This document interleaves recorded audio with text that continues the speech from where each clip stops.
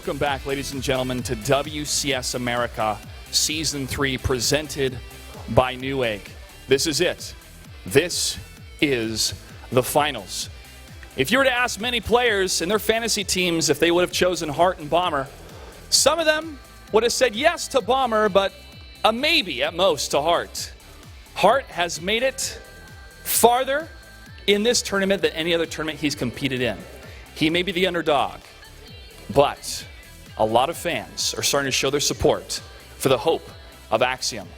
Bomber, the champion of Red Bull, has shown his performance in multiple tournaments, has earned many different championships across his career, and even though this may be possibly his last appearance here in WCS America, his career in StarCraft 2 will continue into 2015.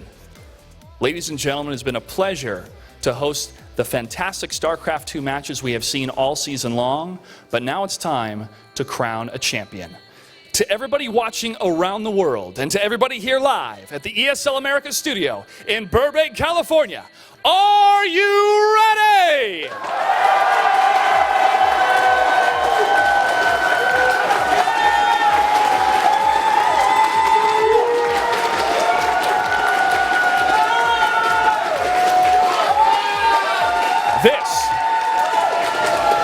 This is esports.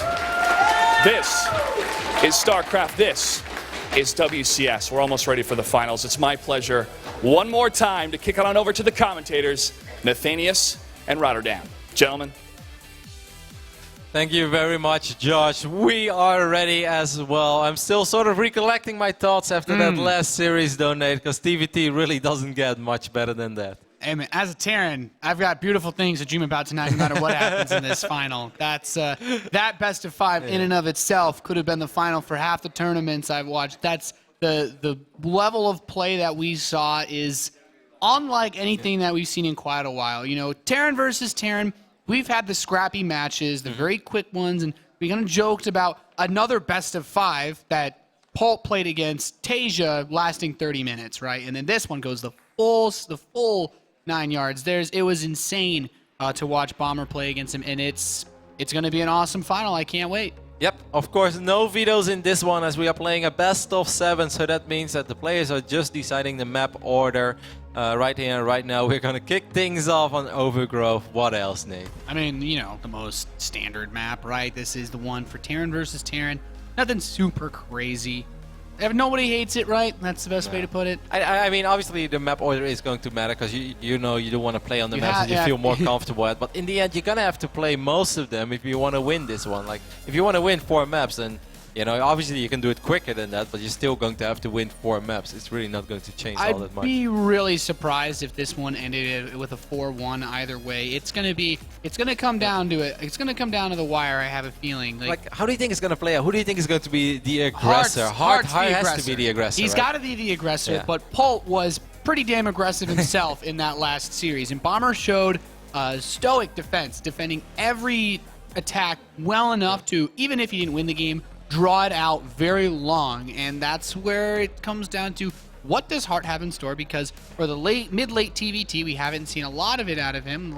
We haven't seen it since he played against Bomber, and it seems to be ages ago. Yeah, well, I actually remember that series. I mean, that was, of course, Season 2. It's funny as well, because Hart played against both of these Terrans in WCS America. Whether it was Pult or Bomber that advanced, he played against both of them in the Players once. Against Pult is a long time ago, and I remember that he was ahead in multiple games, but he didn't really prioritize the upgrades, and Pult did. And that was one of those games where double eBay is a lot better than single eBay as long as you don't die. You know, that's pretty much what it boiled down to. But that's a long time ago. This is, needless to say, a unique opportunity for Hart. Hart has never been on this stage. Hart has never played for this amount of money as well in a single series. Yeah. This is that once-in-a-lifetime opportunity. This is what's going to make, I don't want to say make or break his StarCraft 2 career, because he's got a great future ahead of him. He does so well already. But this is truly that one moment where if he excels here, then he can always look back at it. And no matter what happens, I did win WCS America Season 3. Yeah, this is the biggest match that Hart will have ever played in his StarCraft 2 career. This victory would be the biggest payday, the biggest tournament, the biggest result, the most prestigious accomplishment he's attained in StarCraft 2, period. So even though BlizzCon is not something that he's thinking about anymore, he cannot qualify, this match is equally important for him, and every other imaginable way. Yep. Someone who might be thinking a bit of BlizzCon a little bit is, of course, Bomber. Because the way that it's set right now, and it's very easy to theorycraft now when there's only one match left before BlizzCon starts. If Bomber loses the grand final, he will still be going to BlizzCon, but he's going up against Classic. Needless to say, one of the stronger Protoss players in the world. Yeah. And also, like, of course, Bomber has won his fair share of TVPs over the last few months, and I don't want to say that's a weak matchup for him, but going up against Classic in the round of 16, that's a difficult one. Yeah, Classic is he's been consistently one of the top players performing in Pro League as well. He's as, a GSL champion, Codas. Yeah, that says really, it all. That should be all we need to say. Despite all of his other great accomplishments this year. But however, if Bomber wins this final, Nate, then he becomes the #1 performer of WCS this year, so he'll take the first spot going into the finals, which means he will go up against Jaedong. Bomber is a monster when it comes to TvZ, and let's not forget that I believe the last few times that Bomber has played against Jaedong, I think he won. We spoke with him about this as well. Bomber is always confident, but Bomber against Jaedong, he goes in that series that he almost starts looking at the quarterfinals already. And of course, we will not do that because we respect the Dong and we know what Jaedong is capable of. But for Bomber, that would be a better matchup on paper. Yeah, I mean, to put it simply, Bomber has had a much better year than Jaedong, performance-wise, championship-wise. Especially if you compare Jaedong's results to Classic, right? You put that up against where Classic is, and you say you're up against someone who has significantly fewer accomplishments. Jaedong has not had quite as hot of a year as he had last year, and I think it's gone to show in his performances. Bomber wants the #1 seed. And most of the accomplishments that Jaedong had in this year, they're also a couple of months ago already. Because he had the multiple top 4 finishes, but that was often earlier in this year. He did win that tournament in China, but that was an 8-man tournament where he pretty much only played ZVP anyway. He played a ZVZ final against Snoot, but that tournament, that doesn't really compare to the Red Bull Battlegrounds DC that Bomber just won. So if you talk about momentum, Bomber probably carries around 10 times as much momentum as Jaedong does. So for Bomber, this would be extra nice. Of course, he wants the title on his resume as well. Bomber made the switch at the start of this year to start playing in America. Last year, Bomber was still participating in Korea. And it's not like he didn't get anything done in Codas, because the opposite is true. He had deep tournament runs, but he just didn't go all the way. I mean, he got far enough to qualify for the season finals when we had them last year, and then he won it. So it goes to say a lot about Bomber's skill and his ability to participate and win, whether he's in Korea, playing in America, and this is his chance to kick off this grand final and get that #1 seed. His opponent, of course, has so much to fight for. And last, before we introduce the players, I would also like to say the final thing. If Bomber wins this series, then Zest and Innovation will not play against each other. If Hard wins this tournament, we are looking at a Zest versus Innovation in the round of 16. I'd like to save that match. I'd like that one to happen a little bit later. So a lot of people out there are hoping that this guy can win, even just for that reason alone. In the top right position, the blue Terran player representing Red Bull, he is Bomber.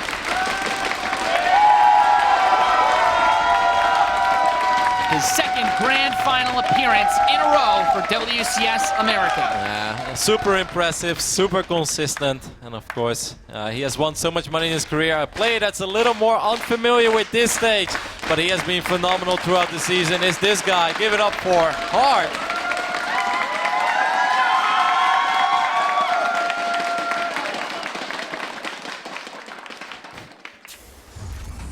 What a big moment for Hart. And this is something that we haven't really had to talk about a lot lately because we've had so many championship caliber players that have taken titles around the world playing this weekend. But Hart is that guy that perhaps nerves can come into it. He hasn't been on this level here. It's the same stage he played yesterday, but the weight of this match is much heavier than anything he's ever done before. Nate, I'm already going nuts over here because Hart, talking about nerves, well, he's just going to go command center first on the low ground at Overgrowth. Well, that shows a lot of ambition if I've ever seen one. And look what's happening over here. Bomber is actually sending an SCV across the map. Well, the last time that these two players played on this map, Hart proxied him. So you go the complete opposite direction. Like, instead of going for a cheese, he might play defensive. Oh, he's getting close to getting that SCV though. That's it's really nice. You forced 2 extra workers down. Ring that's, around the rosy, that's mate. not even counting a scout.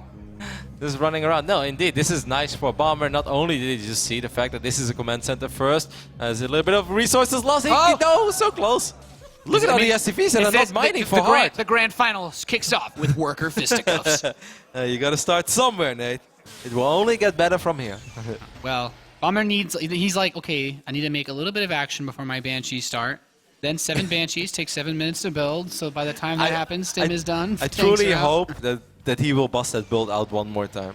Even if all of the Banshees just fly into missile turrets, I'll still be happy. Well, Bomber has shown he can still win series despite losing 8 medevacs. Yeah. So losing the Banshees, that's small talk for him.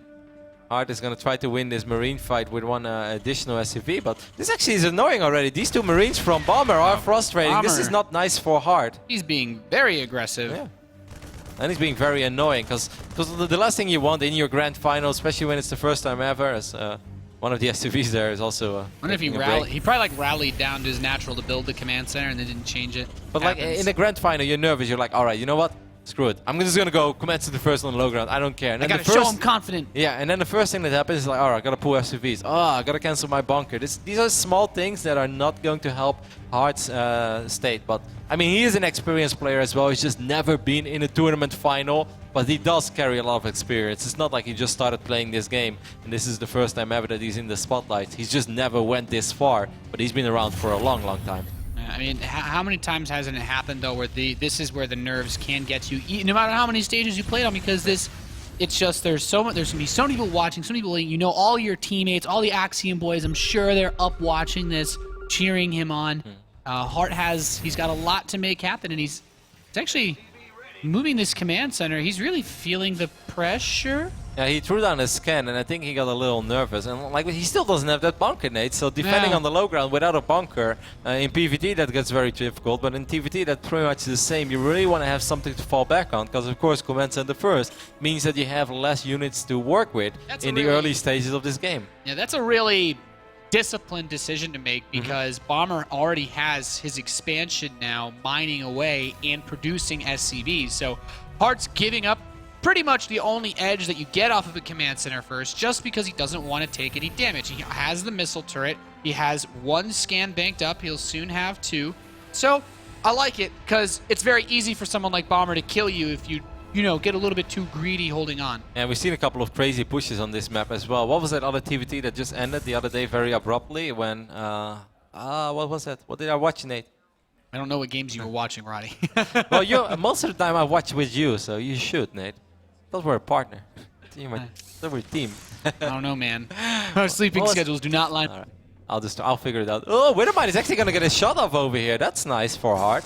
This is just a single Banshee opening for Bomber as he followed this up with the Raven. But that's nice. This Banshee really won't get anything done at all. Yeah.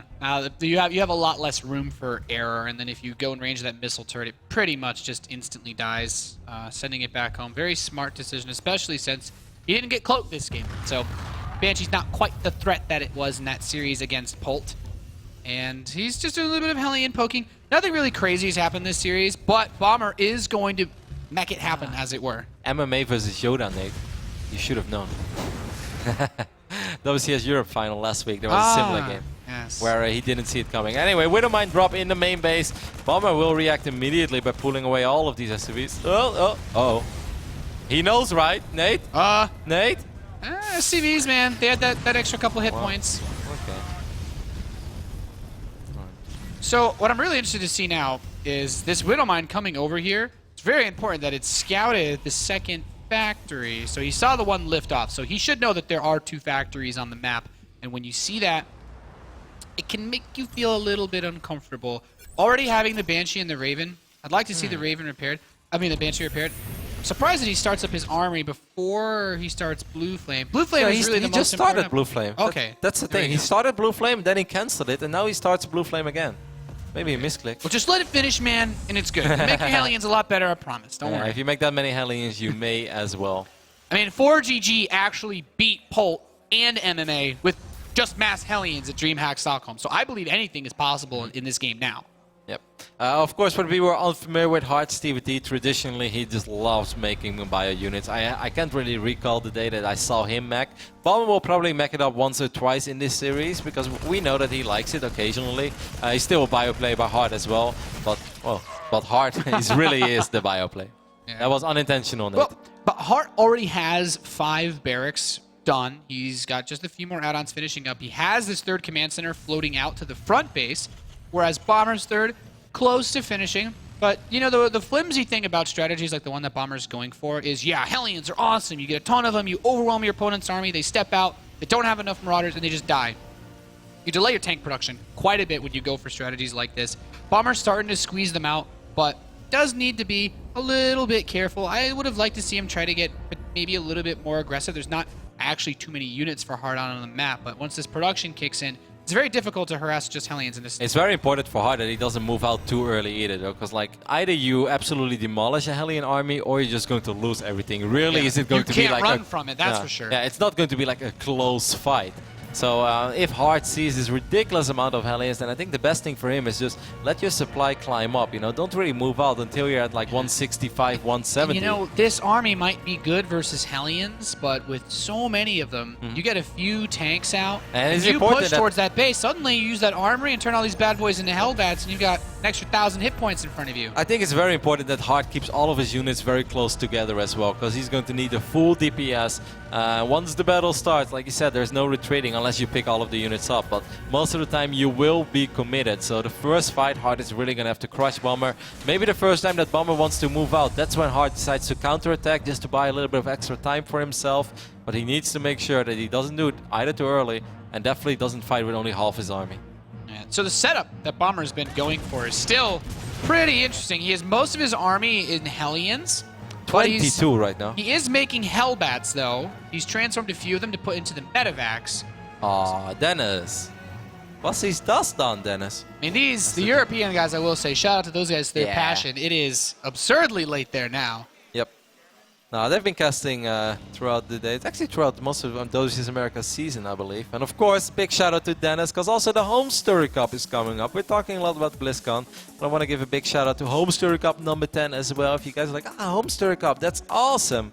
That is going to happen the weekend after BlizzCon, so we're going to have back-to-back fantastic weekends of StarCraft 2 action. I mean, there's still quite a bit of StarCraft coming up this year, of course. We're all talking about BlizzCon, the big grand championship for WCS next month. After that, as you said, Home Story Cup. Still a few more DreamHack Winter as well. IEM San Jose. It never really stops, Nate. It really doesn't. No. There's going to one day there's going to be a StarCraft 2 tournament on New Year's Eve.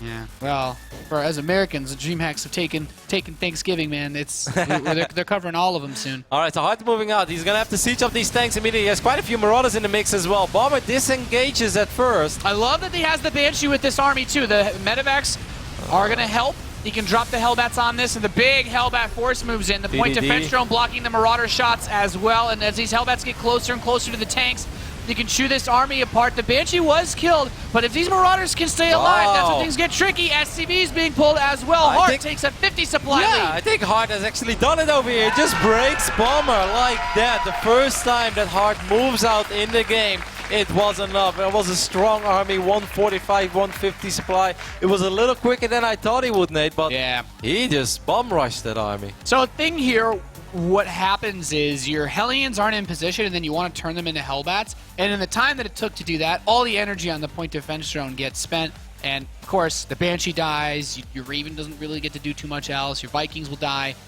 And then your tanks. The tanks were out of position for Bomber. Well, he was covering his third. Yep, and also at first he rolled in with the Hellions and then he disengaged. And I think it's safe to say in StarCraft 2, the moment you run away from a battle, you're going to make it difficult, especially when your opponent has siege tanks, because then you give him the freedom to siege up. And the next time you're going to have to fight, it's not like the tanks are morphing into siege mode. No, they're already sieged and they will unleash their full damage. So that was just an excellent start of the battle from Hart. And just like that, he takes game number 1 on Overgrowth. Pretty easy. One fight. Yeah. Really well done. I think another thing that's important to consider is that oftentimes on Overgrowth especially, that ramp area is where you rally your army. That's where you rally your forces to go to. You want to have a place where you can pivot between your main, natural, and third. And Heart takes advantage of that because normally, since you rally things there, it's not quite the place that you can attack. But because it's either freshly rallied units, tanks won't be sieged there. And the way that Heart put a very aggressive third command center out front kind of said, yeah, I want to go and I want to be aggressive, but Bomber just not expecting it to hit quite where it did. And that's just a smart play from Heart. Yeah, it really was. He had a strong army, nice mixture as well between the Marauder count, the Marine count, and the tanks. Nothing really too much of one. At the end of the fight, there was like 1 or 2 tanks left. There were a few Marauders left. There were a few Marines left. That just goes to show that he had an excellent composition. Yeah, very, very well done.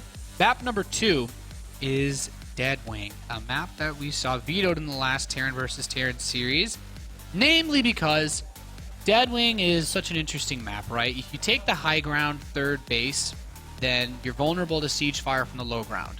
If you take the other third base, your army can move down. It's like, okay. Then the drop play by your third becomes a more, comes from the outside of your natural, comes a problem. Obviously, drop play is great. The tank pushes that people use versus Zerg with the Medivacs don't happen quite as much. So it's a bit interesting because you just have so many different ways that you can get aggressive. And then, of course, Reapers aren't terrible for scouting since you have the cliff in your main base that they can hop up and down.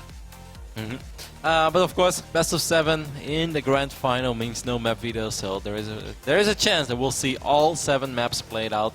Deadwing is another map where you indeed see a whole lot of TvT. A lot of Zerg players like to veto it as well in ZVT because of the way that you can drop tanks and behind the middle lines and be extremely annoying. This is really just a popular veto overall, isn't it? Like, there's so many uncomfortable things in every matchup, I think, that you have to deal with. And it's a 4-player map, and the way that like scouting can work out can make it a little random from time to time, and there are a lot of pro players who just don't like that element. They like to believe in their own strengths. They like to believe that as long as they know what's going on, they'll make the right choices. But if you scout in the wrong direction and you scout the base last, then it may actually prevent you from hitting a certain window, which you could have hit on a 2-player map if you would have seen what you're trying to scout for.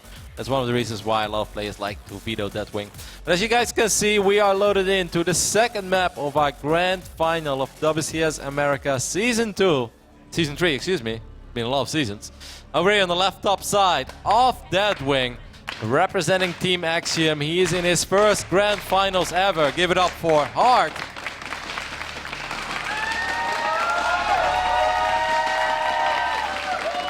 Up 1-0 against someone that has quite a few championships under his belt. A formidable Terran player in his own right and guaranteed to go to BlizzCon. In the bottom left, wearing blue in this game, he's sponsored by Red Bull. He is Bomber.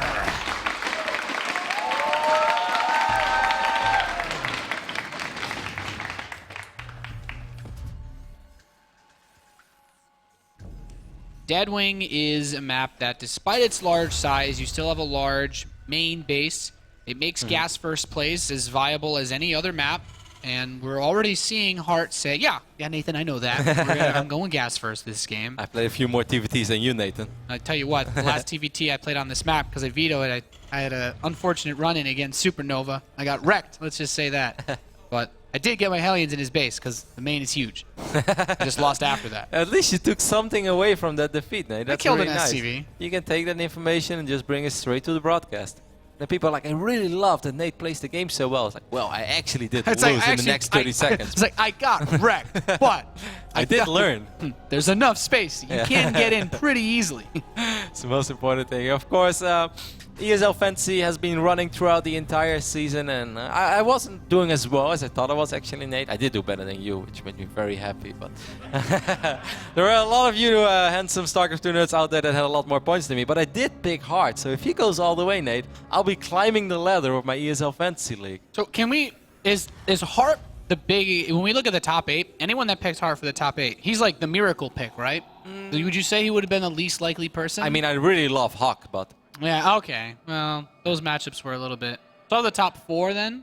Yeah, he's probably of the top least 4, likely. I think he was a small miracle pick, unless you truly believed in his TvZ. Like the bit for me, like the miracle picks of this season, like Heart beating Hyun, I wouldn't have predicted. But then you look at round of 32, there was some insane results as well. Aiga's winning his group in round 32 is like, no. I don't think there was a statistically less picked pick overall in any group ever that went through. So that was 2% or something like that. Anyways, fortunately for Hart, he is going to find Bomber's base immediately in the left bottom side of this map, and he pretty much figured out that this must be a Reaper opening, so he's going to reposition his Marines. Well, actually, he went Marine into Reaper. Yeah, man. We've seen this before. Yeah, this is super popular nowadays. I remember the first time that we saw this build, and I was like, Roddy, this doesn't make any sense. Why is Cure doing this? This was back in the qualifiers for Battlegrounds Online. I was like, it doesn't make sense. And now everybody does this, and the reason why, you start to see it, this 2 Reaper opening is really smart from Bomber, because we've actually seen Terran players use the Hellion after this Reaper to just kill a single Reaper opening, because you're usually building a reactor. And I'd still say that a Reaper and a Hellion can beat 2 Reapers. Yeah, the first time we saw that was the game on Overgrove, right? And you were like, yeah, it doesn't make any sense. I believe he crushed Yoda with it. Yeah, and then you're like, oh. Maybe. It's like, doesn't make sense. Like, wait, he's just got 1 Hellion and a Reaper versus just 1 Reaper. I guess the player that went gas first wins. And that's the moment where like, hey, this is actually really smart. And this is why I shouldn't question them too often. Well, there's another thing about this build that's made it super popular, and I'm really interested to know if Hart's going to do this, because it would suggest that he's going to go for a mech build this game. He could pick off that SCV, Nate. Sorry to interrupt you, but that's actually very frustrating for Bomber, especially because these units are here right now, and I don't think that an SCV will just be able to make his way down to the low ground. Yeah. He's going to lose the Reapers as well. Hart really taking control of this game. He's going to have a field day now. We don't see the second Reaper too often with this build from Hart, and now, I mean, it takes the first shot. He's going to kill workers, so Bomber, he won't die to this, but he still has to. He still loses. Look at that Marine. A Marine. You're a brave young man. You should have got. I think that Marine did pick up one of the SCVs, or Bomber just sent it to the middle patch. That command center still did not finish up. Hart did a pretty damn good job there in delaying that command center, and look what's going on. The Cloak Banshee is going to be the follow-up. 7 this SCVs build, as well. the way that you do this, now the second Reaper is not necessarily common. Okay, switching off. So this is Hart's own way of doing this. Flash, and I know a few other players really like to take this into a heavy Hellion build. This would also have built into what 4GG used quite a bit for big Hellion plays. Now he has to worry about this counter. Yeah, he has to indeed worry about this a little bit, because he doesn't really have a whole lot at home. He's going to send his Banshee home, though, we see at the minimap. But these Hellions are going to swing in for Bomber. Bomber is going to pick up a couple of SCV kills immediately. But that's a really nice Sim City, Nate. Yeah, that is a really weird wall-off. I've never seen it, but I love it. That's that wall going to become standard, Roddy? I have a strange feeling now, but it was cool. Hey, that actually did save him a handful of SCVs over there. That could have gone a lot worse. If 6 Hellions get in your base and you don't have any units, then you're usually in a bad spot, especially since then that Banshee can't hold you in one position. Yep. He's still poking. Yep. Yeah, well done here by Bomber. Of course, man, these Hellions are really annoying. They might actually be able to get both Marines as well. Of course, the Siege Tank is going to shut this down, as the Siege Tank has quite a bit of DPS. But Hart started off with Cloak Banshee, then he cancelled Cloak. I guess he cancelled it because he was into the main base and he saw that the engineering bay was already finished up. And Bomber did drop a missile turret in his middle line. If anybody knows that Banshees are good in killing SCVs, then it's probably Bomber. Bomber is he's releasing his latest hits album on Banshees soon. He's quite experienced with them. I would listen to it, Nate. All day, baby. Now Hart's going into tanks. He's got his second and third barracks finishing up. He's well ahead on infrastructure compared to Bomber. Bomber's just now starting up his second barracks. No third, so to speak of just yet. He produced a few Hellions, so he's going to go for a bit of a drop play, looking to just kill some workers, and then he'll start up his own siege tank. So army-wise, like for the setup of this game, I prefer Hart's position. Bomber spent quite a bit of resources, even though he got his expansion up earlier on the engineering bay and those missile turrets, without actually starting +1. And let's not forget that he lost 7 SCVs in the game where it truly hurts. Of course, Hart lost 4 SCVs on the other side of the map, but that was already a minute later. Losing 7 SCVs when you have 20, or losing 4 when you have 25, the difference is huge. Yeah, the Hellions have been dropped into the main base, of course. A few SCVs are going to get picked off here.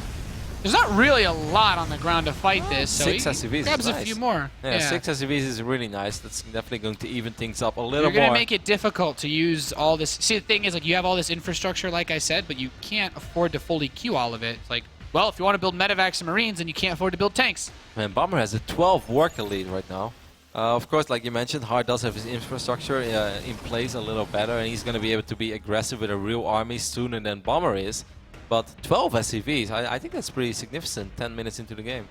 Yeah, like I said, it's still difficult to fight what he has, but keeping the Hellions alive it gives him such a prolonged threat because you don't want to build Vikings at this stage of the game if you're going for a Marine setup. Stim is done, though. Very quick pickup over there. Barely takes any damage on these Hellions. Maybe a little bit of pain damage, but that's about it. Did get some shots off. But like you said, as long as it's around, Hart knows that he has to worry about it. He can't just grab all of his units and try to go for some sort of attack or contain. If you look at what Hart has, he could very easily attack. Like, his army beats bombers, except for these Hellions running around poking his workers constantly. Really well done by Bomber. Creates a 14 SCV lead now for himself and still has these 4 Hellions alive. And it doesn't really matter how low on HP they are or that medevac. As long as it's there, Hart needs to worry about it. And now you can't Bomber, just leave your base exposed. Yeah, now Bomber has that infrastructure lead back. When these reactors finish up, he'll have more production. Because of the economy, he can afford to actually use everything. Hart has just taken 1 refinery as natural. Bomber's been mining off of both refineries, and that allows him to make tanks and medevacs at the same time. Something that really, it's a very, very big part of this matchup because Hart's gotten out a few Marines. He's gotten some medevacs, but he could have quite a few more if he didn't lose all these SCVs this game. He does have combat shield already as well in his Marines, while Bomber hasn't even... Well, he just started his own combat shield, but... Oh, that winner mine. The Raven should spot it. Yeah. Oh. Snipe it? Okay, ooh, that's a lot dangerous. of DPS in Marines. That's a dangerous attempt. R2 likes to live dangerously. It's like, okay, great move to catch that, and then the one time it doesn't work, you're like, well, that was a horrible decision. Especially since you stim, that means the mine would one-shot all of them. No, that would make you to the top of Reddit, though. Might be worth it. Nah, well, not in a good way. Bomber's gonna, oh boy. Bomber loves to fly, man. He really does. This boy's got wings, that's for sure. Yeah. Don't say that, you might get sued, Nate. Alright, 5 medevacs on the left side of the map. Hart is completely unaware of it. He does have 1 Marine patrolling on the south side of his base. He should hide these Marines. He should give Bomber the idea that it's good for him to drop. Oh, that Marine actually misses it, but that might be good in a weird way for Hart because he still has all those Marines over there. He still has a lot of Marines sitting in his main base. At this point... Oh, what? Well... What's happening over there? He's sandwiching himself. Okay. I'm a little bit confused, but... Well, okay, if he kills this tank, then he can siege the production from the low ground. The Starport doesn't have an add-on either now. That's nice. That's very nice. Going to slow down the medevac production quite a bit. I like it. He's spreading out his medevacs too for vision. Missiles. Oh, Seekers. He's going to pick him up. He's going to try to pick him up. It's going to be close. No, wrong one. Okay. Oh, right one. Oh, okay. He saved all the tanks. Yeah. That's very nice. Finesse play there. Wow, Bomber is so far ahead in supply net. Look at that, 109 against 66. That worker advantage. That Every Bomber. little thing Bomber's done this game has just been beautiful, Roddy. Oh, that really snowballed quickly. He's now sitting on a 40 or so army supply lead. Then again, he was up 70 supply against Pold, and that game went on for a little while. So we're not going to look too much into it just yet. But the fact that he just forced that starport to reposition and there is no add-on on it, that is really nice. Like, and stuff like that in a TvT, that can make a major difference. Yeah, so Armory starts up for Bomber so he can get his supplemental upgrades. No missile turrets at all in the main base of Hart. If those 4 medevacs fly in, like, Bomber has such a significant army supply lead that if he just goes on both sides at once, like, I don't think he's weaker on either side. Well, there's nothing to catch these 4 medevacs inside the main base of Hart now. This is a really, really promising drop for Bomber. Even if he just kills those reactors and stuff. Yeah, those reactors are huge right now. And the natural, of course. But now his natural's open. Bomber's going to stim in. Tanks are sieging up. So he cleans up the forces inside the main of his base, but his natural tanks going down left and right now. Bomber has sieged the natural mineral line. Saves the medevacs as well. Excellent play here by Red Bull's Bomber. Has 3 tanks in range of that orbital command. Has quite a few Marines working on as well. And I think this orbital is just going to die. Yeah, Banshee's going to try to come up. That gets picked off. Marines dying left and right. That tank support just too strong. And Bomber's like, well, okay, medevacs go home. Guess what? Next army is leaving his base. And it's even bigger. Forgot about a few of those medevacs, but like you said, Bomber's macro, of course, on the money as always. As soon as he gets set up, he will never stop producing units until the game is over or he's maxed out. And Hart knows it as well. That was too much. GG is called, and Bomber evens up the series. So now we're practically looking at a best of 5. Yeah, Roddy. Not bad play at all. Bomber, when you look at the difference between that game and the last one, there was a clear moment where Hart had a nice position. He has 3 barracks set up. His opponent is just starting his barracks as Hart's reactors are finishing. So he has the ability to make more Marines. He can still build tanks. He's got a reactor on his starport. But then those medevacs, the that was Hellions beautiful. just did great harass. And then you make a move like this where you pull everything. As a Terran, you're like, okay, well, I got to press Control F2 and just attack this. I need every unit possible to stop this. And it doesn't pay off, right? You use your auto turrets at this point too, and then your natural is completely exposed. Just tanks aren't going to stop Marines from attacking you like this. I wonder if he leaves like 7 Marines behind, how that will play out. But I completely agree with you. That one medevac with those 4 Hellions inside, that's truly where the things started to look up for Bomber, because up to that point, I really kind of liked Hart's position. I felt that his harass early on was on the money. The 2 Reapers and 2 Hellions did great. I love the opening. Yeah, great. Like he delayed that command center for a solid minute or something. He picked off quite a few Marines. He picked off 7 SCVs. That was really big. But the moment that Bomber started harassing, he was very methodical about it. You know, he picked off 3 SCVs at first, then he came back. He picked off 1 more with those 2 Hellions, and he kept it up until the tank was out. And once the tank was out, like, well, I'll send the Hellions back. Then I'll go with the medevac instead. And that medevac, he just kept it around forever. And even though, like you mentioned, Hart had all the pieces in the right place to start applying some pressure, he couldn't because he needed stuff at home. Otherwise, he'd lose all his SUVs. Yeah, those Hellions were the Hellions and the medevac. It's an interesting play because Bomber had his barracks in the tech lab. He was ready to start up stim. He was ready to get into his barracks production and just get everything rolling because his command center was done faster. And yeah, he still had maybe a few SCV lead, but it wasn't anything serious. He could have taken a lot of damage from a medevac drop from Hart, and then just the good control. I mean, imagine you drop the Hellions, you lose 1, you lose 2, and then it's not that it's not that intimidating anymore because some of them were low on HP. The medevac was low on HP, but even just a couple of times, you know, he drops all Hellions, they all get a shot off, and he just picks them up before they take any real damage or before one of them gets picked up. You take a little bit of paint damage, you kill a Marine. It's like, well, you know, it doesn't seem like a lot, but 50 minerals down the drain, I didn't lose anything. And you still have the 4 Hellions that represent so much potential pressure. So well done. Our next map is going to be played on Merry-Go-Round. Of course, you know, something we didn't really mention yet, because we keep talking about the amazing role that Bomber has been on over the last few months. He did not win WCS America yet, and of course, Hart didn't win either. So we are crowning a new champion today, Nate. Yeah. Well. And Paul, despite still having a very successful, I would say 2014, as he's made so many deep runs and still been collecting so much prize money, Paul won 2 WCS America championships in 2013, but in 2014 he was not able to win one of them, as Jan of course won Season 1 and Pig Baby was our Season 2 champion. Yeah, well, Bomber made short work at Pig Baby, that's for sure. Got his revenge from that pretty epic final that they played last season, and so far this final is shaping up to be pretty damn good. Some much shorter games so far. We haven't quite gotten to that late game, but we'll see if that pops up now, as we are loaded into game number 3 of the WCS America Grand Final. In the top right position, the red Terran player representing Axiom in the biggest match he's played in his life. He is Hart.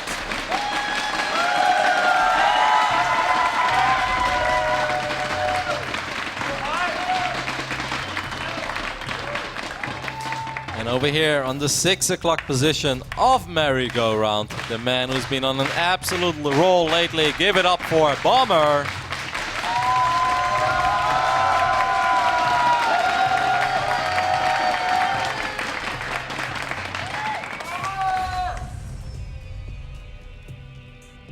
So the map, Merry-Go-Round, is another map where yet again, Rotterdam, you have a quite large main base area. I feel we're on a...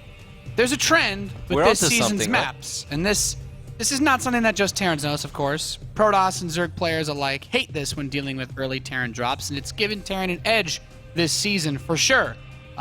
Season 3 has been pretty good because of things like this. Did somebody record that?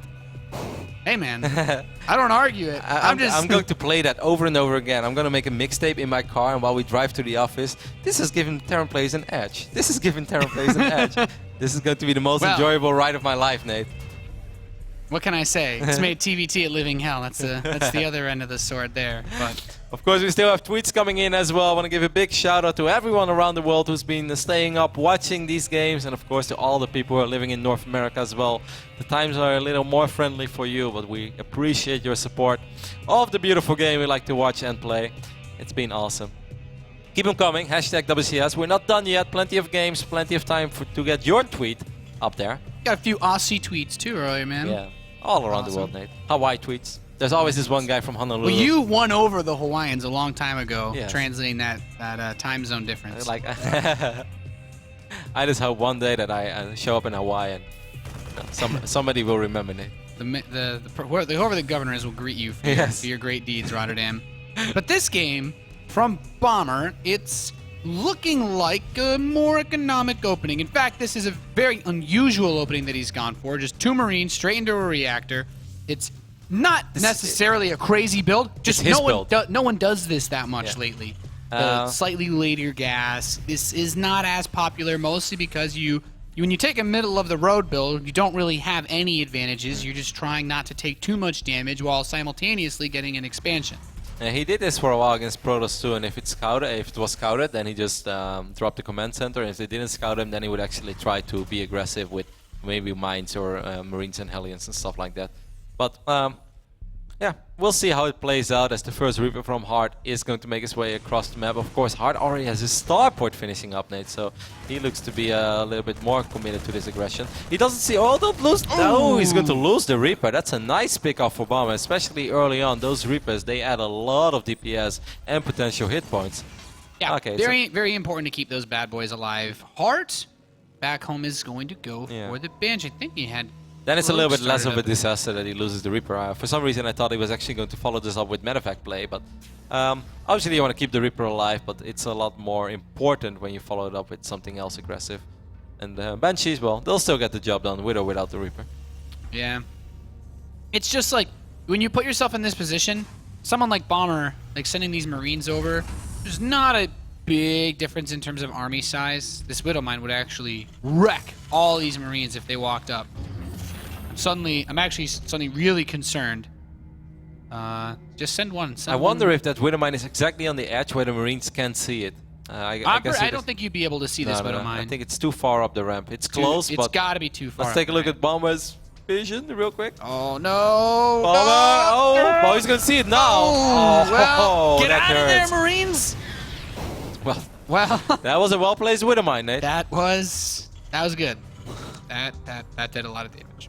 But now those Marines, like, I'm more impressed he's keeping them there. Because Heart's like, all right, 3rd command center immediately. I'm feeling pretty damn good now. 3 Hellions going to try to fight these Marines, but the Marines are well positioned as well. These Hellions are really not hurting one more than just once. He's letting that Hellion tank the damage, but that Widowmine's about to be off cooldown and... Oh, it's going to get the multi-kill.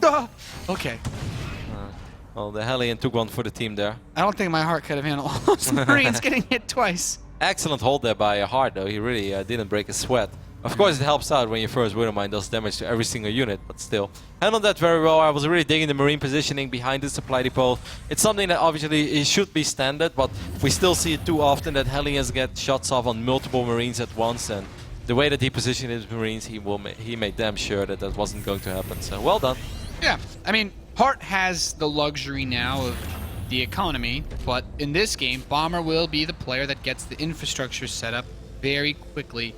Heart goes straight into it as well. So neither player needing to make missile turrets has allowed both of them to just speed up how fast this early game goes by. But Bomber does have this medevac, which is it's got big dreams, Roddy. Bomber also adding a very quick second engineering bay, just worth mentioning because he didn't do that before in some of his previous series. Heart seems to have plenty of units in his main to deal with this for now, though, Nate. And of course the Raven should help out a lot as well. Yeah, the Widowmine should not be able to accomplish much of anything with those bad boys out. It is Banshee opening from Heart really hasn't done anything. It's only got 1 kill too. So the Hellions are going to run in. And he's like, yeah, it's... Whoa! Oh. I don't even think he even realized that was there. But he juked it, which was cool. Some of those accidental plays. Heart's army is a little slow though, so now he actually might end up losing a few Marines. This is something that Bomber had to stress about early today. A couple of SCVs being transferred as well. Auto turret, of course, being very useful in soaking up a lot of potential damage. Somehow escapes with everything. What looked like he wasn't going to get much from it, burning the Raven energy is also very important. If Heart had any ideas about getting aggressive, you certainly won't have enough to snipe siege tanks with your Seeger missiles. I mean, Bomber is up at roughly 10 SCVs now, but of course the 3rd Orbital is already done for Heart, so I would say economically this is relatively even. Bomber is upgrading both upgrades at once, while Heart is still working off a single engineering bay, and we've seen it early today, even on the game on merry-go-round, like how important the upgrades are, as it just felt like Bomber couldn't catch a break against Bolt. Mine's at the tower. It's like, I never have map vision, but I'll make sure that you don't have it either. That's a very Bomber thing to do. Oh, that fits him too well. That one SCV got picked off, I guess, by the Banshee. and Bomber never replaced it. So now that Rex is unfinished. I mean, it's pretty much done. He's gonna take it out of the box, man. That's the most fun part, Nate, taking things out of the box. That is. Just looking at it is cool too.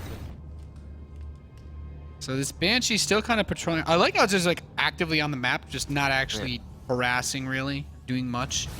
Trying to see. Bomber with the double engineering bay play. This is a bit greedy. He's getting his armory now, and he's gonna have a really sweet 2-2 timing that he can hit. I really like it, especially because this is a little bit unlike Bomber as well. Yeah, this isn't something that we've seen. Like early double engineering bay play is not really popular in this matchup because it makes it more difficult to defend. And there is maybe a reason that like Hard might be a little bit paranoid about everything that's going on the other side of the map. He's like, hey, I opened up with 3 orbital commands. Bomber is probably going to be like silly aggressive against me, trying to put some sort of crazy push.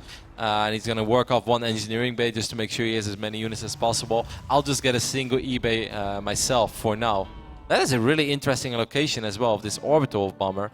I think what Bomber is doing is he's accepting that the way that this map is set up makes it very difficult to defend a third base from outstretched marine attacks. So he's hoping that he can convince Hart that he has him contained. Yeah. Oh, wow. That Widowmine actually gets his shot off on the Raven. That is not a unit that you want to go into the battle with. It barely has any HP.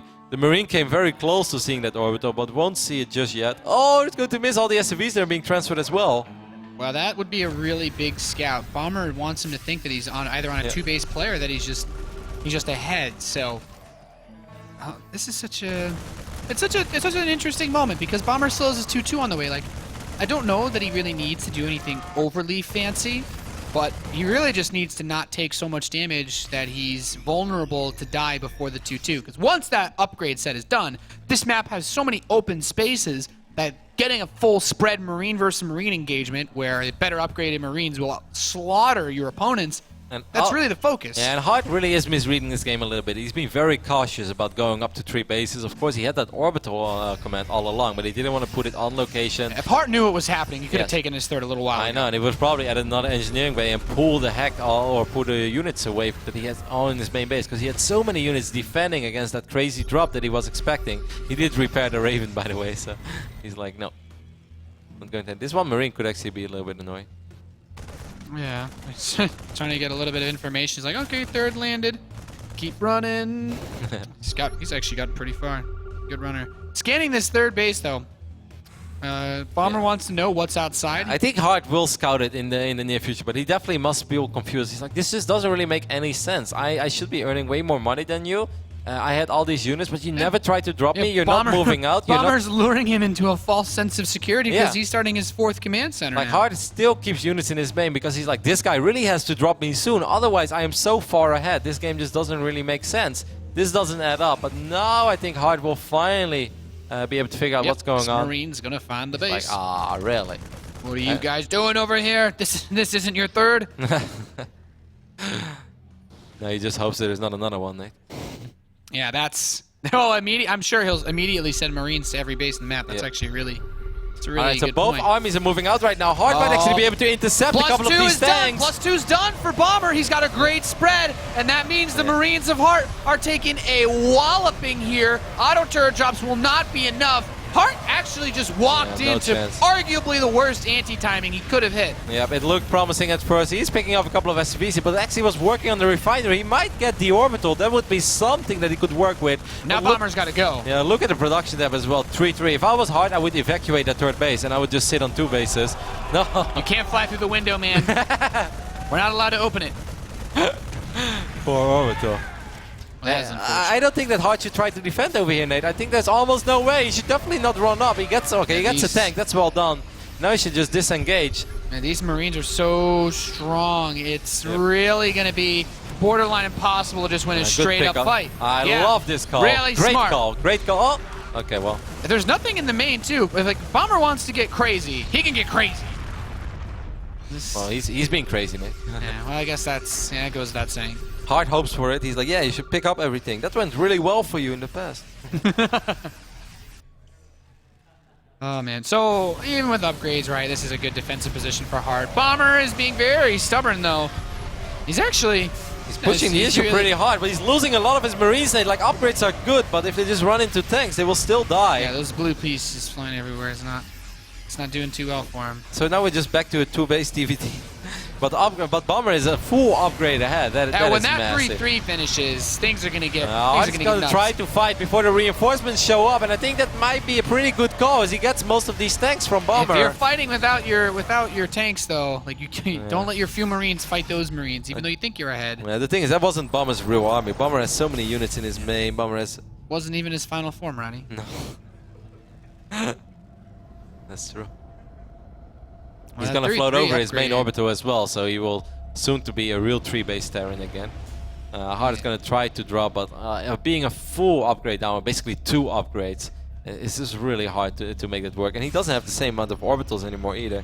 He never rebuilt his third base, so he's still on 2. Hart never got +1 vehicle weapons, which is also really important to know. Yeah. Like when it takes a whole extra shot for your tanks to kill the other ones, in a mirror matchup where tanks are a very important unit, that upgrade has a significant impact on who can actually win a straight-up fight. Great mind games by Bomber over here in game number 3 of Merry-Go-Round. Of course, when you play best of 7 against your opponent, you're going to have to try to fake him out once or twice, and that is exactly what happened over here. Hard is going to try to find an opening. I don't think there are too many missile turrets. Bomber is not really a missile turret man, but No. you know, this is Marine. not... there are still a few units in the main. Guys, there's something coming! Oh, Bomber is going to step forward. He's like, yes, finally, I'm on the right side of these things. Well, not today, Bomber. Well, those 2 Marines certainly paid the price for it. Bomber's maxed out now, the only so- thing that Hart could hope for, I guess, is that he somehow maxes. Like, I don't think he can fight now. I think the best thing he could do is just max out on as few SCVs as he you're possibly maxed. can. You should lift up all your army. Please. Bomber can start attacking because he's not going to get much further ahead than he currently is. He's on 3-3 upgrades and he's maxed out. I mean, it eventually just becomes like the worst that happens is Hart gets even on upgrades, and Hart runs in towards the left side with that double drop, which is quite nice as his army pulls away on the right side. Yeah, Still, he's making some moves and making some plays. I thought he could win this skirmish actually because there's no medevac over here for Bomber, so those Marines should eventually keep in die. mind, Hart's broke. He has no production, so as Bomber pushes through this army with his magnificent upgrades, Hart can't replace anything. GG. Yep. Bomber takes a 2-1 lead in the grand finals of WCS America Premier League Season 3 off the back of a very uncharacteristic game, I would say, of Bomber. Double engineering bay and relatively passive, but he still had a Bomber trick up his sleeve. That was the only Bomberish thing about it. It's not a Bomber build, you'd say, but putting a third base in that interesting position, I mean, I guess it would have been easier to keep it alive if he hadn't hidden it. But like right now, this is only crazy important because 2-2 has just finished. Bomber's army has just become incredibly powerful, and you see those Marines just evaporate. Even though supply looks really close, Bomber has such a better army because everything else that was back at Hart's base was just Marines, which, I mean, with better upgraded Marines, Bomber kills very easily. What also really worked in Bomber's favor in that battle is that sometimes when all the tanks siege up, they sort of form this wall or this wall of force fields that the Marines have to derp around, and it takes a while. But there were actually a couple of small holes between the tanks, so all of the Marines from Bomber that were steaming forward were participating in the battle immediately. So that allowed them to have as much DPS as possible. And like you said, they were already stronger than the Marines of Hart. Yeah, there's so many. In TvT, upgrades have such an interesting way of influencing. Like for the Marines, it's always your Marines will always win a fight by a landslide if they're up even 1 upgrade. And the tanks, it's not as big of an impact when you're playing with mostly Marines. But once you get up to the point where Bomber has, 6 or 7 tanks parked outside your base, and he's got upgrades and yours don't, like your tanks you can't defend with just tanks. You need to have that advantage, and when you don't have any advantage, well, you just saw what happened. I'm excited for map number 4 as it is going to be played on Nimbus once more, and we've seen Bomber bust out his crazy mech build multiple times. It's pretty successful in the past. Today, Polt had an excellent answer to it, but I still think it's a very promising build, and I wouldn't be shocked if he does it again. Even though, it's hard to use a build that you just lost with, he's been successful with it, and it really seems like his go-to build on Nimbus, especially taking into consideration the spawning locations, Nate. Yeah, it's cool, and I'll dive into this a little bit more after the introductions, but the ways that players respond to those types of strategies has been very interesting to observe throughout the years. Of course, Now that we are loaded in, our player in the top right position is down 1-2 in this best of 7. Needs 3 more wins to clinch his first ever championship title. Give it up for Axiom's Heart.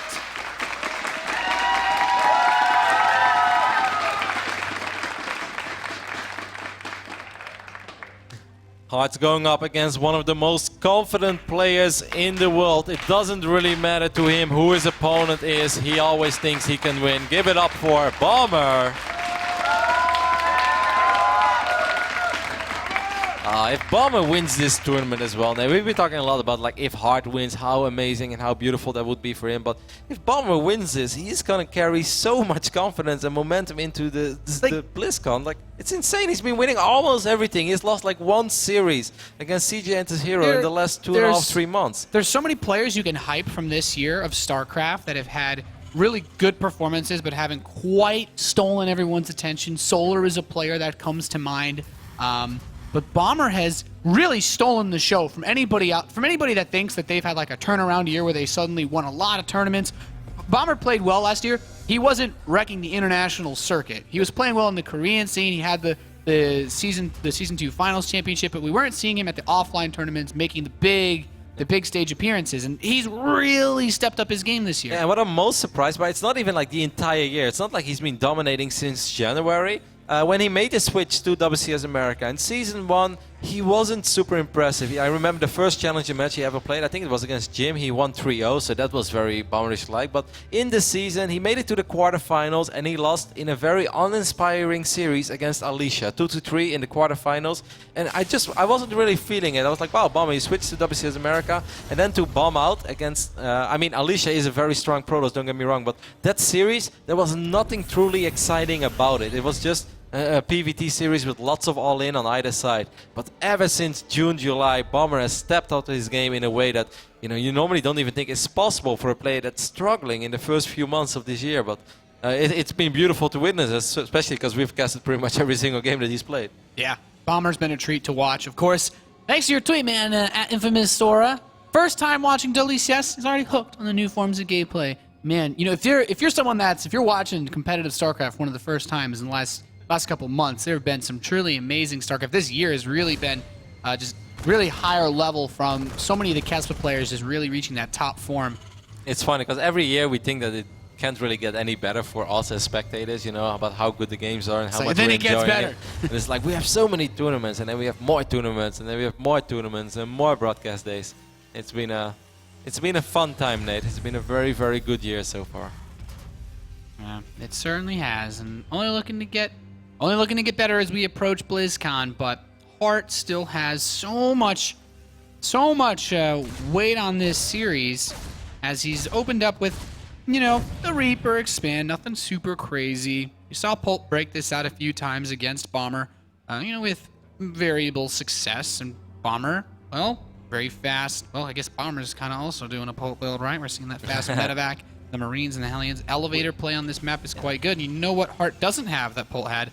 Some supply depots in the corners of his base to see in case a drop comes in. I'm very surprised that we haven't seen either TvT today so far, as the Reaper does get picked off by these two Hellions in the middle of the map. That's nice for Bomber.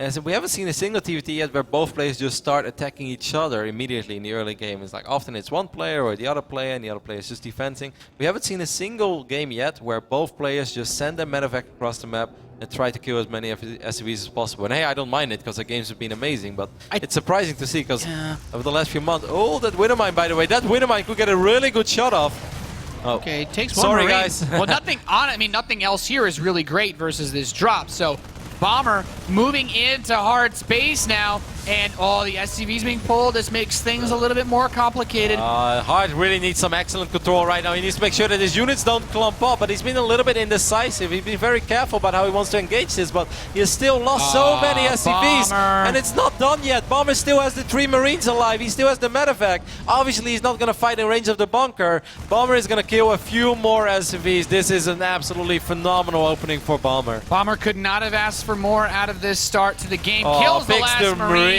Viking lands. He's like, yeah, actually, the power of medevac healing is quite strong, so I'm going to continue to kill stuff. And that was great. 11 workers. This might be the start of something we've seen before. The Banshee train This The Banshee hype train is real now, we man. all live in the era of the Banshee, Nate. And Bomber has started that reign of the Banshee.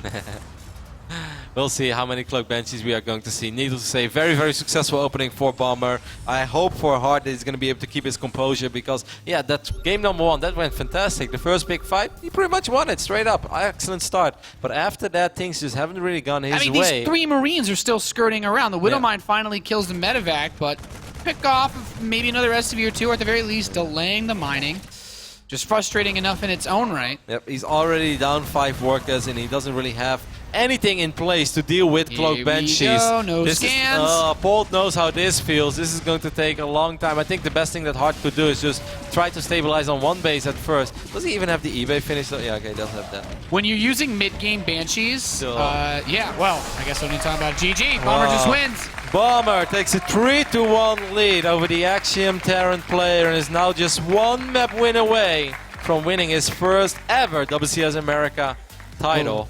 Well, that game is an example of the aggressive TvT that we were talking about earlier. Just a lot of these, where the gas first plays can just straight up win you the game. And, he moved the Widowmine in. He moved the Widowmine in. Look at that one nice, Marine. Bomber did that on purpose, though. Do you see that? Because he separated it from the pack. Oh, and he's like, you go, buddy. You'll be remembered. You strive for greatness. And, well, even though he didn't live very long, he did indeed make miraculous things happen for this follow-up push. Oh, yeah. If those Marines take a little bit more damage, everything gets increasingly difficult to make happen. And then Hellion getting killed as soon as it came out. The one unit you can really micro against all of this, gone. Yeah, you saw Hart. First he pulled the SCVs through the racks, that choke point between the racks and the factory, and then he disengaged because the units were too lined up. And the longer you run around, the harder it gets because the Marines from Bomber will get in a good position, and Bomber is going to have time to set up the Hellion shots that he's looking for. Great execution, of course, by Bomber, and truly, that one Marine soaking up the Widowmine shot just changes the entire game. Sending one Marine forward, absorbing the shot like a trooper, allowed his buddies to do the job. He took one for the team, That Roddy. guy was the real MVP, Nate. He was. Didn't get any kills, but Oh, he deserves his own place on the scoreboard. he was striving for greatness, and I think he achieved it. He will be remembered. Next year on this exact day, Bomber will light a candle for that Marine. I'm very interested to see if that happens or not. Alrighty, the 5th map, a potentially last map, but hopefully we will see a little more TvT action, is going to be played on Catalina. Hart is looking at a very, very difficult task. He has to win 3 maps in a row against this man, Red Bull's Bomber. Of course, Bomber was up against Big Baby last season, 3-1, and Big Baby was able to do it. So perhaps Hart is able to do it as well, Nate. But Bomber in TvT, it's really funny because you don't think of Bomber and think that he has this phenomenal TvT. You more feel that he's like very good in TvZ and he's relentless in TvP. And then you always like, I really was wondering 2 months ago, I was like, I really wonder how good Bomber is in TvT. It turns out that this is like the matchup where he's posting the most ridiculous results in. He just, when did he lose a TvT? I mean, I know he lost in maybe Season 2 early stages against Polt. I think maybe in the round of 32 or something like that. I don't even Or it was Season 1. I think in Season 1, the round of 16, he lost against Polt before moving on as 2nd place, and he played against Alicia and he lost. But that is a very long time ago, and ever since the start of WCS America Season 2, Bomber has been a man on fire. He has been on quite a tear. Catalina is an interesting map because those aggressive plays, once again, you have a very large main base to drop into, much like, well, most of the other maps that we've had in Season 3, so the Gassers play is not bad. This is a map where I truly love that build that was extremely popular for like 2 or 3 weeks as well, the Raven opening into the double tank medevac drop. Like, I really like it on Catalina. I saw Liquid's Bunny do it multiple times against Polt in the early stage matches of Intel Extreme Masters Toronto. That build looked rock solid on this map because there's, like you said, there's so much airspace and there's so many ways to fly into the main. Yeah, it's a very tricky map, and the spawns also play a large hand. You know, like the bottom right spawn on this map has the most space behind the main base mineral line for Banshee play if Bomber wants to go for that. There's so many different ways to use the way that this map is set up because it's a 3-player map. Alrighty, we are loaded in to our 5th map of the Grand Finals. Of course, I want to give a big shout out to everybody here in the ESL America studio. You guys have been awesome throughout the entire weekend. Make sure to stick around, even when the games are over. We'll try to have a great night. But much love for coming out. You guys are awesome. And what could be the final match here? This man needs to bring it all back. In the top right, spawning in the red trunks, he is the Axiom Terran player, Heart.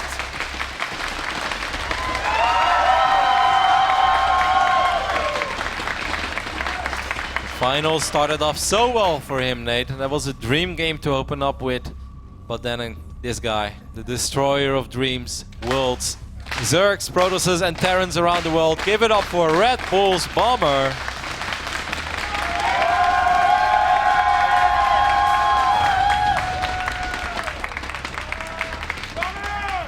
I really wonder what makes Bomber nervous in life. Do you think there is something? I'm not sure. I can't think of anything. I mean, even if I tried to be imaginative, I'm just like, well, no, Bomber. Maybe if you had to like fight a kangaroo or something, I'm not sure. I'm not sure how that would happen, unless we send him to Australia. That'd be an interesting show match. No, poor Bomber. Bomber is very fierce in-game, Nate, but out-of-game, he wouldn't hurt a fly. Would you hurt an octopus? I don't know. I think he would rather avoid those. Bomber has just been a super consistent force over the last few months. We'll see how this game is going to play out on Catalina. Heart is opening up with a very quick gas. Bomber doing pretty much the same. This could definitely be one of those games where both players decide to be aggressive. Heart will say right now, like, all right, the last 2 games I was putting myself in a pretty defensive position. It just didn't go well. It didn't work out for me on merry-go-round. I misread the game. I thought I was doing good because I stopped the initial aggression, but you know, Bomber tricked me. That double eBay with that hidden base, it was too much to handle. And now in the last game again on Nimbus, trying to go for a very economic build, sitting back again, Bomber was able to find a hole in the defense of Heart. So maybe Heart just needs to go back to attacking, because traditionally he has been a very aggressive Terran, and in the other matchups he loves to be aggressive. He's fighting non-stop. Yep. This map though, man, both players are giving what this map asks for, and that is the gas first play. The very fast factories, the very fast starports, the very fast units that can kill you very quickly. Now, Heart has chosen once again to open up with the Reaper after his first Marine. Bomber doesn't seem to be following that fad yet, but that does complicate things if his first unit gets caught off guard, if that Reaper can actually get in and deal a little bit of damage. Yeah. Bomber scouts the Marine, so it's not very likely that he expects the Reaper as a follow-up. Of course, this did happen on Deathwing. And going back to that game on Deathwing, that may have been a pretty crucial moment there as well, because Deathwing early on started off very well too for the Axiom Terran player. He was definitely putting himself in an okay position. Just after that, as soon as that went wrong, it feels like almost everything in this series so far went wrong. Reaper hops into the main base, but there is a Hellion there to greet it. Reaper only saw the barracks, nothing else. Well, I mean, you see that Hellion and you know it's your opponent is going for the same type of strategy as you. They don't really have many units, but if Heart wants to get aggressive, it won't be too much of what he's thinking about. It's because he has taken the second gas. Bomber now with just 1 gas. You think Banshees or Raven? Nate, quick. It's probably Banshee. I mean, it's Heart and Banshee.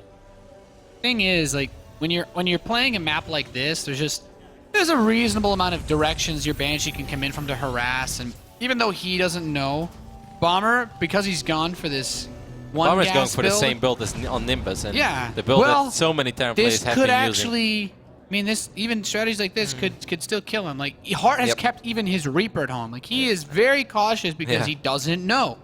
No, if Heart keeps the Banshee at home as well, Nate, that could go very well for him. He has everything right now in his main base. The Reaper is going to see this, matter of fact, unload these units immediately, so the Banshee should stay here for a bit and just help out with the damage. Unfortunately, the Widowmine is on the wrong side of the wall. Ooh, Banshee is a little bit exposed. Hellion just want to get these Marines, and Bomber's Marines want to pick off the Banshee, but a solid defense so far from Heart. No, more than solid. Now he should be out of the woods, because it's very unlikely that Bomber is going to drop those units one by one once again. I was a little bit surprised he picked it up that quick. Oh, he's still going to try. He finds an opening somehow, but I think Heart has more than enough to deal with this. Yeah, I actually still like the potential for Heart to do some pressure back against him because Bomber... the Widowmine! The Widowmine is going to shoot this medevac out of the skies. Wow! Billy is back. And he's gone. Well, that guy. that guy had a movie made about it. He just jumped out of that medevac while the rocket launcher was like in the air. Well, like any good horror movie, he still died at the end anyway. Well, he He felt very this alive. Viking is so adventurous heart. He's just like, well, yeah, I don't really need to go for cloaks, so now Bomber has a nice aggressive position. He didn't even build missile turrets, so he didn't have to invest any money in that. Reaper hops into the main base as well. Might actually get an SCV here. That would be nice. And of Yeah. course gets to get a Well, I mean, reasonable the scout. Reaper can 1v1. Oh, the Hellion is here as well. Marine. You can find another SCV. This game's been going very well for Hard. Excellent defense early on. This time Bomber was not able to find an opening. Hard had his units in the right position. Of course, Banshee popped up on the right moment as well. This is one of these maps where we could actually see auto turret harass again as well. I mean, Wow, look at the army supply. Yeah, Nate. Hard is in a position where he could actually Just win. just walk across the map and kill him. Somebody has to absorb this one for the team. Or maybe the tank can take care of it. Misa, Raven, and Banshee outrange it. So, there's that. Well, I guess then the Viking comes into play. There's so many things to consider. Hellion. The Reaper runs under it and then drags it into the... Well, there's no units down here, but you could try. Well, there you go. It was the Reaper in the end. This is going to get extremely dicey for Bomber. He doesn't really have a whole lot of fighting units. The SCVs are being pulled way before his actual units are participating in this battle, which means that he's going to lose 9 SCVs and not really get anything for it. And Hard wins another map, gets a little bit of momentum back in this series as he takes this game on Catalina convincingly, Nate. Excellent hold early on. Yep. In TvT, sometimes when you make plays like that, the way that Bomber's build set himself up, his follow-up was very weak to his Hellion pressure because he built an engineering It's a greedy follow-up. Yeah, well, the thing is, you build the engineering bay, your opponent did not follow up with cloaks, so they get the Raven, the auto turrets are great, but it also means that they can put more money into getting those Hellions out, getting the Marines out, and that's what made the actual push work. Oftentimes you see Terran players, because see like this reactor play, you can't afford that if you go straight for cloak at the beginning. Nope. So this just gives him that extra bit of production that he needs. And look at that Marine! This! Bam! That Marine. The Tom Cruise Marine.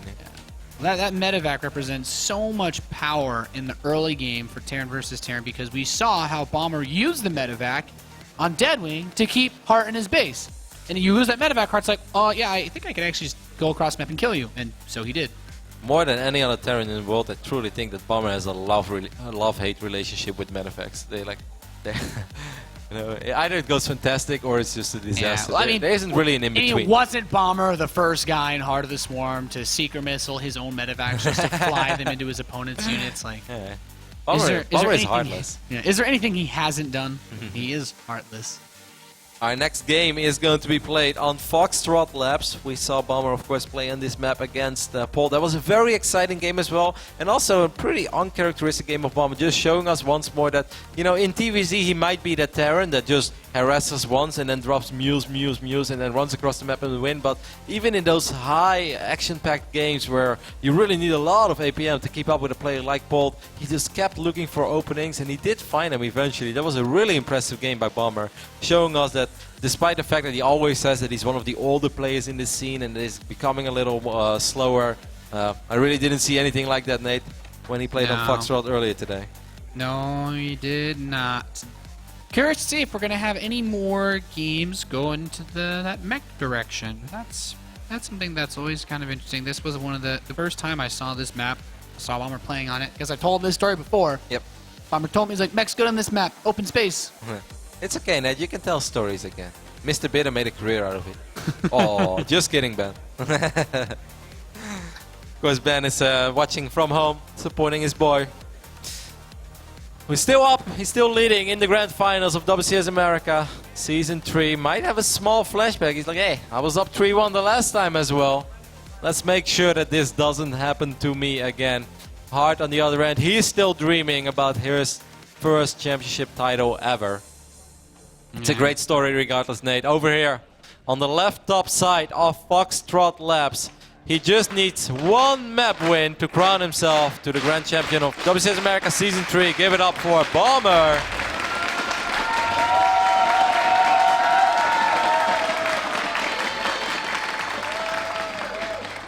Lots of aggressive, explosive openings, and I'm sure we'll see more of that in this game. In the bottom right position, the red Terran player representing Axiom Esports, he is Hart.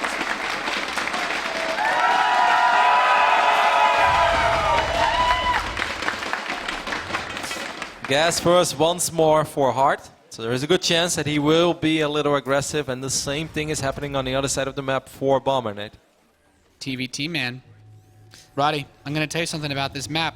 Can you take a guess what I'm going to say? Tell me. There's a lot of surface area in the main. Well, you took the words right out of my mouth. There's quite a few places that if you were not to have a supply depot or perhaps a Reaper, you would not be able to see units being unloaded via medevacs or a Banshee coming in, and that's just another thing that makes this map tricky. I learn a lot from you, Nate. Hey, man.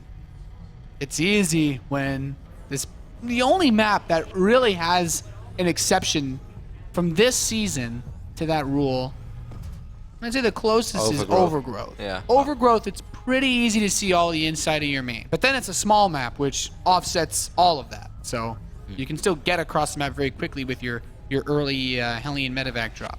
This TvT is definitely more in the line of the most recent TvTs that we have seen over the last few months. The semi-final we saw earlier today between Bomber and Paul produced 5 absolutely ridiculous games that really threw me back to the Wings of Liberty era, because I haven't seen TvTs like that in a while.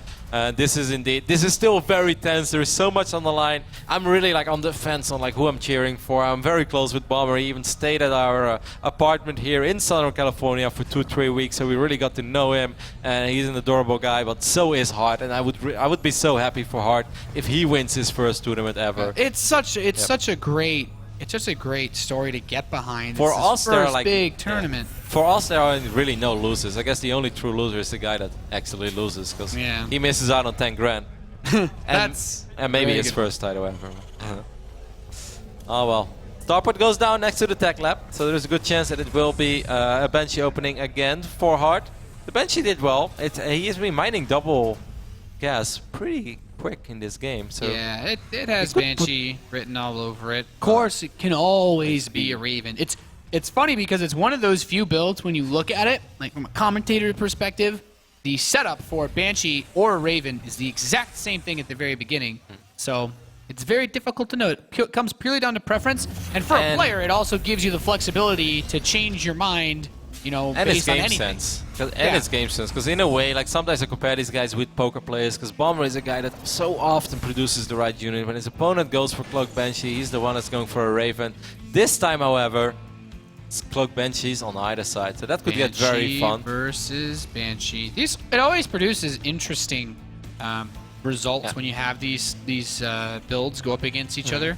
Especially because it comes down to some players will build a Viking and they'll save a scan. Other players will get a Raven and they'll just hope that they can control their Marines well enough that they don't die before their Viking comes out. We know that Bomber is a greedy Terran. Now I wonder if he's going to be that greedy that he's going to delay his engineering bay for a while. It would be a very risky move in this matchup. Okay, Hart just makes a single Banshee, then follows up by the Raven. This also still gives him the ability to cancel Cloak, because researching Cloak for just a single Banshee is not something that you really have to do.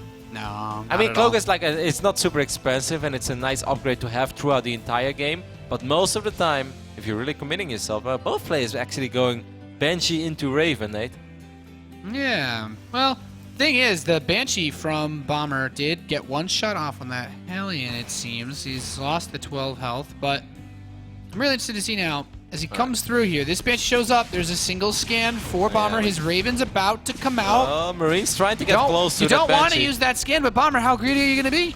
He only wants to scan if he makes sure that the Marines are below the Banshee, of course. The Raven is almost out, so I don't think he's going to scan at all. Now he's just going to go forward. He already lost 3 or so SCVs. The Banshee from Bomber is in the main base of Hart as well, not really doing too much yet. So far, Hart is definitely getting the better hand of this early game exchange. 7 SCVs, while he barely lost anything himself. That's a phenomenal opening. You know, Bomber doesn't even have a command center on the way. Hart's is almost done. Yep.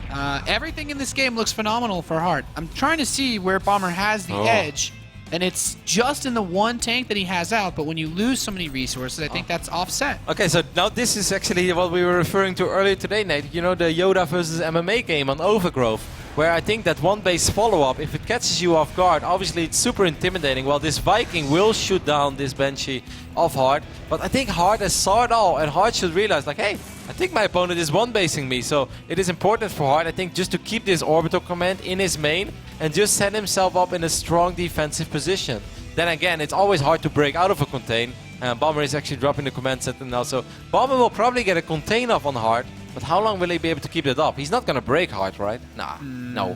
I mean, if Hart took his natural and then his Marines get that spread out, Widowmine, things man. get weird, but Hard is putting Widowmines in tricky positions. yeah, I mean, He's a dirty Terran. That is actually dirty. I, as That is dirty. as a regular Widowmine cheeser myself, would not have thought to put it there. All right, we'll see how many units is going to connect with all. This is the single Marine. Bomber's like, yo, can you go play Minesweeper for me real quick? He's like, well, we found him. Of course, he had a Raven in the mix as well. Another Cloak Bench. He's making his way across the map. Bomber still does not have an engineering bay. Hart immediately picks up. He's like, nope. Yeah, he not should. doing it. Okay, so this is getting really interesting now because I don't think that Bomber can break Hard, but Hard is Point defense drone. 2 Vikings against 1 though. Well, the Banshee actually chews up the point defense drone of Hart faster, so such a weirdly small thing actually gives a huge lead to Bomber because nothing else that Hart had could actually get rid of the energy. All right, but there is a Cloak Banshee soon in the main base of Bomber, and Bomber does not have an engineering bay. Bomber doesn't really have a whole lot that actually shoots up right now in his main. He did just produce a few. Oh, said that Banshee could be working on the middle line, was shooting at the supply depot, wasted a lot of potential DPS there because this Banshee has free reign over this base. Yep, this Banshee's going to clean up SCVs forever. He doesn't have enough energy for a scan. 2 Vikings are about to get back home. But yeah, that Banshee really hurt. Bomber again losing 10, 11 SCVs, and he also lost the SCV that was building the command center, so it took a while before that second command center finished up. Yeah, it's killing. Oh, that's not a good scan. No! Okay, ooh, that could have been. That actually, if you don't get that, that's game ending. So now this is really, okay, Hard is going to try to win the air battle over here, and he should, because he still has that Raven, and he has more Vikings as well. And if he pushes Bomber back now, then I think Hard is still in a very, very good position. I still love Hart's position. He's up 10 workers. Yep. Great spot to be in. Bomber doesn't want to make it too easy on him. He's like, nope, you're not done with me just yet. I'm gonna delay this expand from you for as long as possible. That's really smart, largely because Bomber's stim is done. Number? Bomber's stim is done. If Hart tries to just force his way down this ramp, Bomber can actually just swallow that army up because Hart has not even started stim. He has 5 Vikings as well, Nate. 5 Vikings against the 3 of Hart. So this is a great contain. Yep. You need the. I guess it kind of feels redundant to say this, but you need this. Final shout out to Leto today. He has the look done. He has the look down. Hope he's still awake. When you have to build missile turrets at your own ramp just to keep this air from pushing on you, that's not a fun spot to be in. Yep. Hart knows that he can't get too close with those Vikings because Bomber simply has more Vikings. Is Hart really getting? This is the earliest high-sec auto tracking I may have ever seen. Yes, I'm not sure. Okay. Banshee starts pushing out a little bit of damage. Actually, these tanks getting a couple of free shots off as well on the tanks of Hart. That air control, though, man. Oh, my goodness. Wow, the Point Banshee lives because of the PDD. The point defense drones are sick. Viking count still 6 against 3 because Bomber put that reactor on the starport so early on, Nate. He is not going to lose this Viking skirmish. Okay, the Marines. Oh, the Marines. Yeah, but still, that was still not a good trade. He is still ahead. Yep. Massively ahead. How are you supposed to leave your base? 1. Like, Hart still has his stim halfway done. Bomber has stim. You cannot actually run down this ramp. There's nothing you can do to fight this army until you have your stim. And this one Banshee is so frustrating as well because Hart can't really get close to it. The Marines will die against the tanks, and the Banshee is very well protected in the skies by those Vikings. Now this is a good move by Hart. Hart's going to try to counter drop, but like Nate mentioned, he did not have stim yet. Stim will be ready in maybe 20-30 seconds. He does have high-sec auto tracking, Rotterdam. Okay.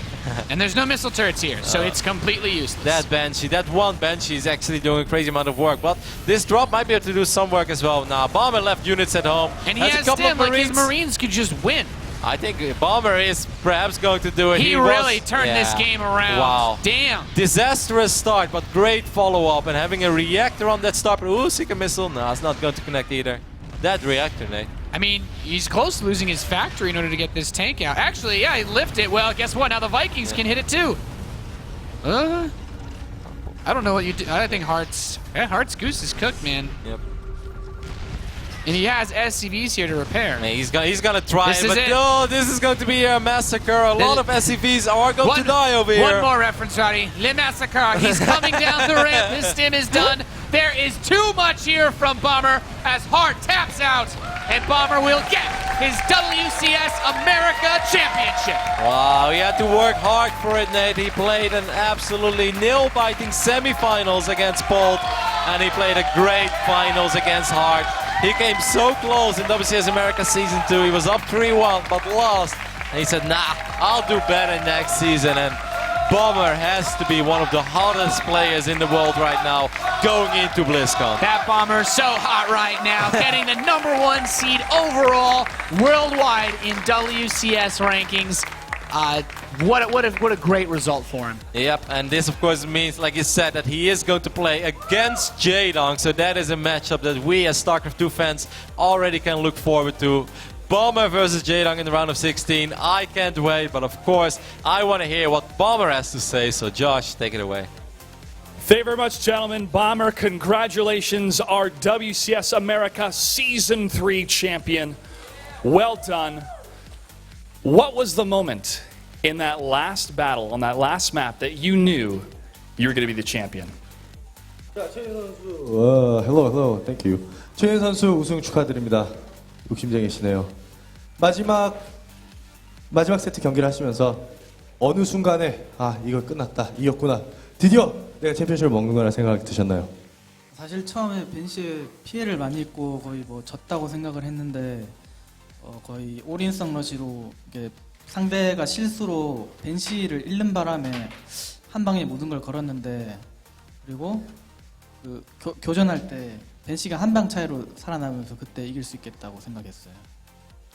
So with the first Banshee, when Hart came in, I took a lot of damage, and I wasn't too sure if I was able to or stabilize it and win it. So I went with my last whatever remaining stuff that I had, and luckily Hart made a few mistakes losing his Banshees, and my somewhat of all in the last move was enough to contain and win me the victory. So that was the moment. Throughout the entire tournament, we saw your domination with Banshees and your macro. Why was it that unit was so successful in this tournament? 자, 벤시로 재미를 많이 보셨는데 벤시에 대해서 설명을 잠깐 해주시죠.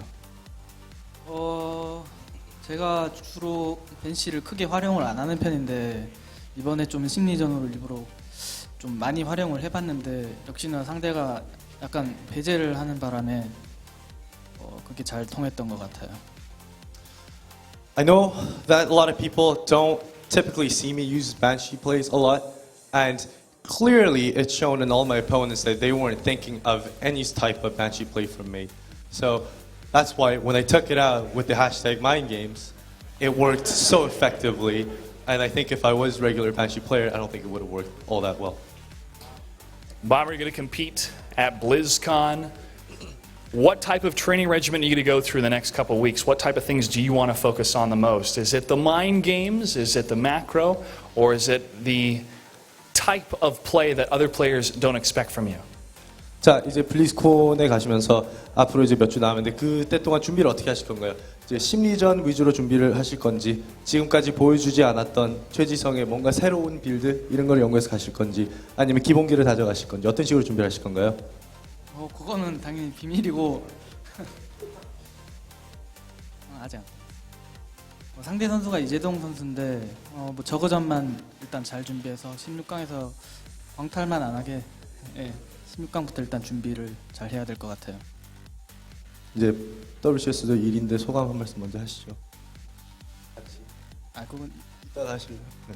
No, anyways, I know that my opponent at BlizzCon will be Jaedong. So right now, when I go, I think I'm going to be focusing heavily on versus Zerg, or more likely versus Jaedong, because I don't want to be dropped out in the round of 16 in BlizzCon.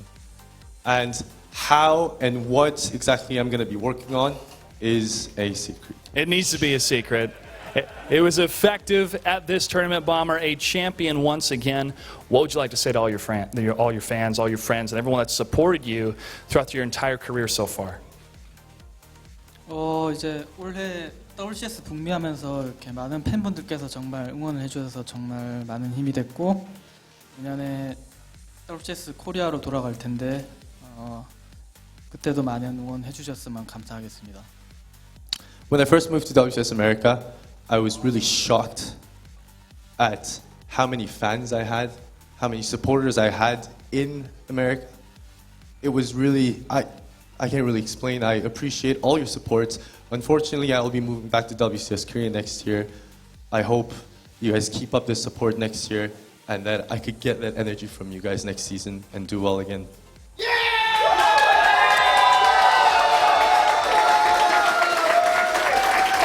You may not hear that energy with your ears, but you'll feel that energy in Korea from the fans here in America, Bomber. You are an American to us, and so we're going to cheer for you throughout the rest of your career. Congratulations once again on being a champion. We'll see you at BlizzCon. It's now my honor to introduce the one delivering the trophies to the 4 competitors. That is Kim Pham from the esports team of Blizzard. And we're going to go ahead and recognize our 4 players that competed today.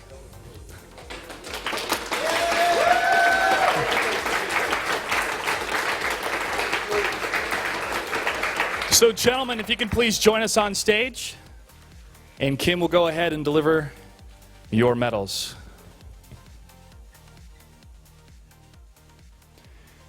In 3rd and 4th place, we have Hyun.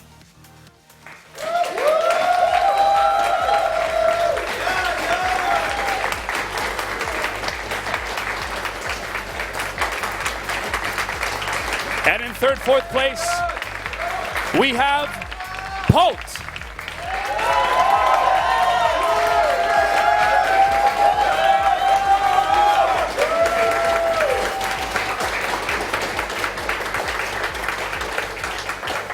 In 2nd place, with an incredible run in WCS America, ladies and gentlemen, please give it up for Hart.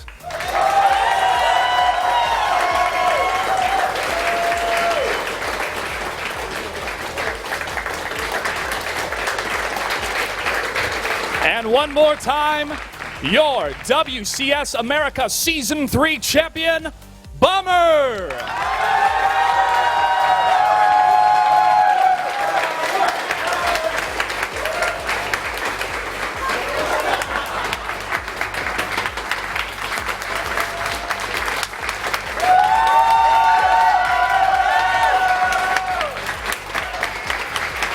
This has been an incredible day of StarCraft. We have once again crowned a champion here in America, but at BlizzCon we will crown a champion for the world.